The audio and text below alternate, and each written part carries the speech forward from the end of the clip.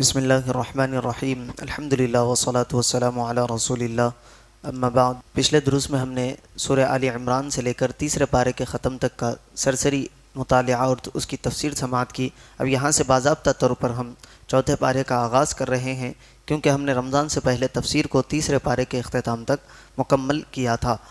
اللہ تبارک و تعالیٰ چوتھے پارے کے ابتدائی آیتوں میں ارشاد فرماتا ہے، لن تنالوا البر حتی تنفقوا مما تحبون، تم ہرگز بھلائی کو نہیں پا سکو گے جب تک راہ خدا میں اپنی پیاری چیز خرچ نہ کرو۔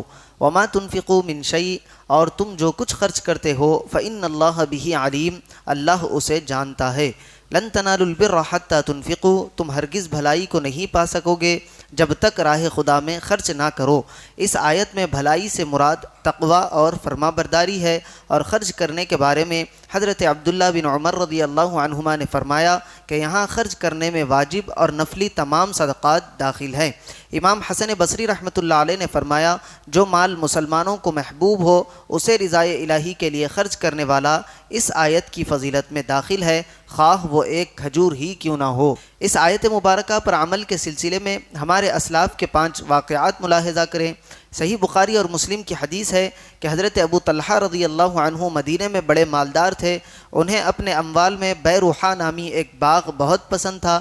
جب یہ آیت نازل ہوئی تو انہوں نے بارگاہ رسالت صلی اللہ علیہ وسلم میں کھڑے ہو کر عرض کی، مجھے اپنے اموال میں بیروحہ باغ سب سے پیارا ہے، میں اسی کو راہ خدا میں صدقہ کرتا ہوں۔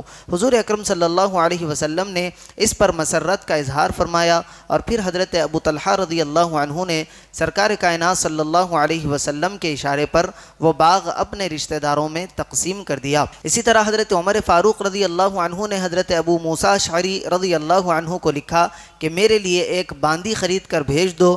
جب وہ آئی تو آپ رضی اللہ عنہ کو بہت پسند آئی، لیکن پھر آپ نے یہ آیت پڑھ کر اللہ عز و جل کے لیے اس کو آزاد کر دیا۔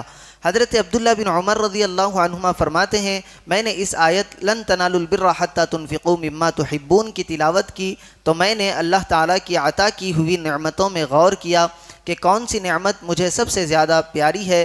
جب غور کیا تو میں نے اپنی باندی کو اپنے نزدیک سب سے زیادہ پیارا پایا۔ اس پر میں نے کہا کہ یہ اللہ تعالیٰ کی رضا کے لیے آزاد ہے، اور اگر یہ بات نہ ہوتی کہ جس کو میں نے اللہ تعالیٰ کے لیے وقف کر دیا ہے اس کی طرف نہ لوٹوں گا تو میں اس باندی سے نکاح کر لیتا۔ حضرت عمرو بن دینار رضی اللہ عنہ فرماتے ہیں، جب یہ آیت نازل ہوئی تو حضرت زید بن حارثہ رضی اللہ عنہ نے اپنے پسندیدہ گھوڑے کو لے کر بارگاہ رسالت صلی اللہ علیہ وسلم میں حاضر ہوئے اور عرض کی، یا رسول اللہ صلی اللہ علیہ وسلم، آپ اس گھوڑے کو صدقہ فرما دے۔ تاجدار رسالت صلی اللہ علیہ وسلم نے وہ گھوڑا ان کے بیٹے حضرت اسامہ رضی اللہ عنہ کو عطا فرما دیا۔ تو حضرت زید رضی اللہ عنہ نے عرض کی، میں نے اس گھوڑے کو محض اللہ تعالیٰ کی راہ میں صدقہ کرنے کا ارادہ کیا ہے۔ نبی اکرم صلی اللہ علیہ وسلم نے ارشاد فرمایا، بے شک تیرا صدقہ قبول کر لیا گیا ہے۔ حضرت عمر بن عبدالعزیز رضی اللہ عنہ شکر کی بوریاں خرید کر صدقہ کرتے تھے، ان سے کہا گیا کہ اس کی قیمت صدقہ کیوں نہیں کر دیتے؟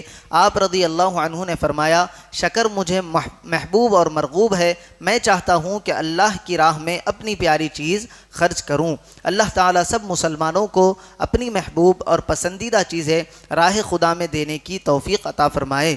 آگے ارشاد ہے، وما تنفقوا من شیء فإن اللہ بہ علیم، اور تم جو کچھ خرچ کرتے ہو اللہ اسے جانتا ہے، یعنی اللہ تعالیٰ جانتا ہے کہ تم اس کی راہ میں عمدہ، نفیس اور اپنی پسندیدہ چیز خرچ کر رہے ہو یا ردی، ناکارہ اور اپنی ناپسندیدہ چیز خرچ کر رہے ہو، تو جیسی چیز تم خرچ کرو گے اسی کے مطابق اللہ تعالیٰ تمہیں جزا عطا فرمائے گا۔ اللہ تبارک و تعالیٰ سے دعا ہے کہنے اور سننے سے زیادہ اعمال صالحہ کی توفیق عطا فرمائے۔